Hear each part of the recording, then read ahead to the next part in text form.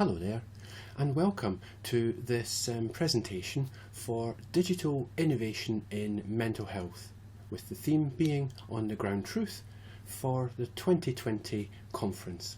And first of all, can I say a big thank you to Becky Inkster for inviting myself to present on behalf of all of the contributors that have participated in the Digital Interactive Theatre projects over the years. And that is going to be what I'm going to be talking about today, which is, again, a digital interactive theatre in mental health nursing. So first of all, just let me give you an introduction and an overview as to what I'm going to be covering with you today. So first of all, I'm going to start very broad by talking about what is interactive theatre, give you the definition, as it were, of how we've been using it. Then after that, we're going to look at what specifically is digital interactive theatre. And then I'm going to move on to give you some digital interactive theatre examples, as well as share some of the outcomes from some of the evaluations that we've undertaken with these certain pieces. Then I'm just going to briefly talk about some of the post-coronavirus opportunities. We can't ignore the fact that there is this global pandemic on the go at the moment, so it seems right and proper to make reference to it in this presentation. And finally, I'm going to finish off with some conclusions. What are the sort of take-home messages, what are some thoughts about the use of digital interactive theatre and its way ahead. So then moving on to what is interactive theatre? Well, the broadest term that we tend to use it as is theatre that an audience can interact with. So of course, when we think about theatre, we often think about it as a live event that people can immerse themselves into, whether it be a theatre space or a non-theatre space, classrooms, community spaces, open spaces, it could be anywhere. But the interactive element of it is that the audience, in some controlled way, can in some way have a mechanism which actually helps them to shape the piece of theatre in some way. If we can imagine, traditional theatre itself, as we commonly know, often runs the route of becoming quite one way. The actors will come onto the stage, the audience will passively observe the action on the stage, and even though they might think a lot about what might be going on the stage, it's still very one way. The power remains on the stage, and the audience is divorced from their ability to make any meaningful changes. And so interactive theatre allows an audience to watch situations from maybe their own world being played in front of them, but it also then gives them an opportunity to then have their own say, or indeed in some of the methods that we use, for example like forum theatre, they themselves may have the opportunity to step up onto the stage and take over one of the actors and allow to try out their own solutions to make changes to the play, particularly if the piece itself does not end well for the main protagonist. So again, interactive theatre, again, is delivering a theatrical performance to an audience. Audience could be anybody who's watching it, whether they be students, service users, anybody in relation to sort of mental health settings. And then, again, adding a prepared, so we always prepare, it's always rehearsed, interactive mechanism through careful facilitation, because I think facilitation is very key. Everybody thinks they can do it, but it is a really key and important part to the success of any interactive theatre that you choose to run. The audience must feel safe, and if they feel safe, then they feel much more easier to engage with the piece itself, and that often is done through a relaxed conversational style that's provided by a competent, confident facilitator. And again, it involves the participation of that audience with the piece itself. So that is a little bit about interactive theatre. Now let's move on to talk about what is digital interactive theatre. Well, I like to think that it has three main components. Let me break them down for you. Component number one is the production of a play, incorporating a pick-a-path mechanism. When we've said pick-a-path, that might come to some people as a choose-your-own-adventure, or in some way where choices are part of the narrative itself. Most plays that that you would be watching would be very linear. It happens in one straight line. Whereas with a choose-your-own-adventure, pick-a-path mechanism, the story takes you off in different directions. Now, I want to stay away from and not confuse it with branching storylines, because for putting theatrical pieces together with a branching storyline, after you get to like two choices, all of a sudden the choices that are on offer double every time, and therefore you could find yourself after just three choices, with 9 different scenes that actors have to then start rehearsing and remembering. It becomes too much, and so therefore a pick-a-path is much more aligned to what we call a parallel path type of writing, which means that yes, there are branches which can take off in a direction, but there are often choke points where the story will come back together again before you start branching it off once again. Point number 2 is the design and delivery of a theatrical play. Now this takes it away from the book form of Choose Your Own Adventure, which many people may be familiar with, fighting fantasy books from certainly my childhood. But again, this is a mechanism that we use to bring the page to the stage. It brings the live and emotional and cognitive ability to bring live theatre to a room.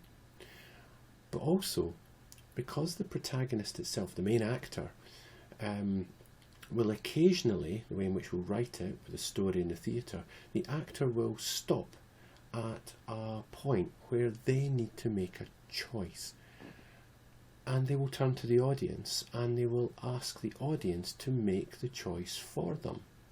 And that is where we bring in our third mechanism, which is the use of a student response system.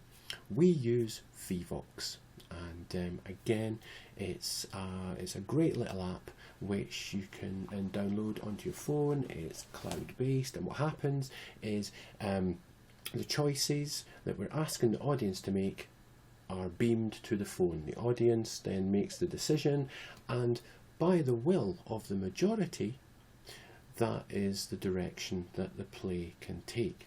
In this case, Vivox also has the opportunity for freestyle text. So again, we can actually take audiences' responses, and we can even improvise scenes on the stage as well, depending on their own direction, particularly if it's ideas that we haven't thought of. It's great. It means the audience makes the play. And I think that is something which is really key to all digital interactive theatres, is the audiences get that agency, and the audience are allowed to make choices. And I think that's what really helps. But it makes choices almost in this particular style from the safety of their own seat. With forum theatre, that invites an audience member up onto the stage. Let's face it, you've got to be pretty confident in order to perform in front of audiences. Whereas with digital interactive theatre, the main interaction you'll get will be with your screen, observing the play with choices. So again, I think this is something which has a slightly different appeal to digital interactive theatre over more interactive methods of theatre, but it certainly has its place. I'd like to take the opportunity to share a couple of examples of digital interactive theatres that we've produced in the past with you. The first one that I'd like to share with you is Behind These Closed Doors, which we had the great pleasure of being able to present at the Digital Innovation in Mental Health Conference back in 2018. Behind These Closed Doors was a story about safeguarding, and it presented the audience with scenes where we watched a clinician, in this case a student nurse, make decisions about the safeguarding of others under their charge. However, in a clever little trick, we also showed that the student nurse main character herself was also being a victim of domestic violence. This in itself sparked a huge amount of interest and conversation with audiences, particularly international audiences. As a direct result of performing at the 2018 conference, we had the great pleasure of being introduced by Becky to Mariana Pinto da Costa, who amongst her many roles is the chair of the Early Career Psychiatrist section of the World Psychiatric Association, and she herself invited us to present at the World Congress of Psychiatry in Lisbon in 2019, and it was a great honour to be able to do this. Equally, we have presented the work to the British Association for Social Workers. Again, the joy of hearing the different approaches, both internationally and nationally, meant we were able to educate, inform, inspire and challenge our audiences. Over the years, digital interactive theatre has tackled difficult to teach subjects, and that includes things like dementia awareness, service user experience of being sectioned under the Mental Health Act. We've had service user experience of living with obsessive compulsive disorder. We've also tackled the experience of puerperal One of my more favourite projects over the years was Finding Balance.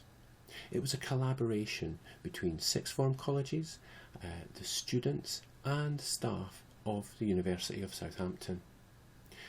Its main aim was to raise awareness of the distress caused and with students in the run-up to their A-level exams, and also to recognise the stress that occurs within themselves, but also the stress that may be caused by that may be in others, and how you respond to that. We recognised that some of the main stress factors included the college themselves, who might be like an exam creating machine, the parents themselves, if they were at cross purposes of how what their aspirations were for their children, but also their peer groups as well, the individual students' peer groups. They all played their part in finding balance. What was one of the joys of this particular project was that the student nurses themselves were key contributors in both the design of the story, as well as they themselves were recruited as actors, who then went on to deliver the Finding Balance play to a packed house of A-level students within the local sixth form college. It was a tremendous success. Going forward, for digital interactive theatre and in a post-corona world, then we do have plenty of stories that we can tell. One of the stories that we could look at could be, for example, about Help the healing towards healthcare staff, and the potential for post-traumatic stress disorder that individuals might face as a result of this global pandemic. Also, I've been keeping in touch with who again was someone I met in 2018 at the Digital Innovation for Mental Health conference, and hopefully we can continue to collaborate and work with towards the mental health of people in Ghana. Well, that brings us to our conclusions, and finally I really just want to say that there are plenty of advantages in relation to digital interactive theatre. It brings people together, and that's both as actors who are producing the work and also to those who receive the work as well. It explores contemporary issues in what is a very safe space. I've mentioned there as well that it's inclusive. It includes everybody. Everybody can be an actor. It's immersive for an audience to actually feel, see, believe, observe, witness and make contributions if they choose. That is the essence of digital interactive theatre itself. And again, yes, it's new. We've not seen anything like this up and down the country, so therefore it earns the badge of innovation. And I commend digital interactive theatre to you. If you are interested in finding out more, there's my details. I would love to keep in touch. Thank you again for your attention and watching this far. Take care.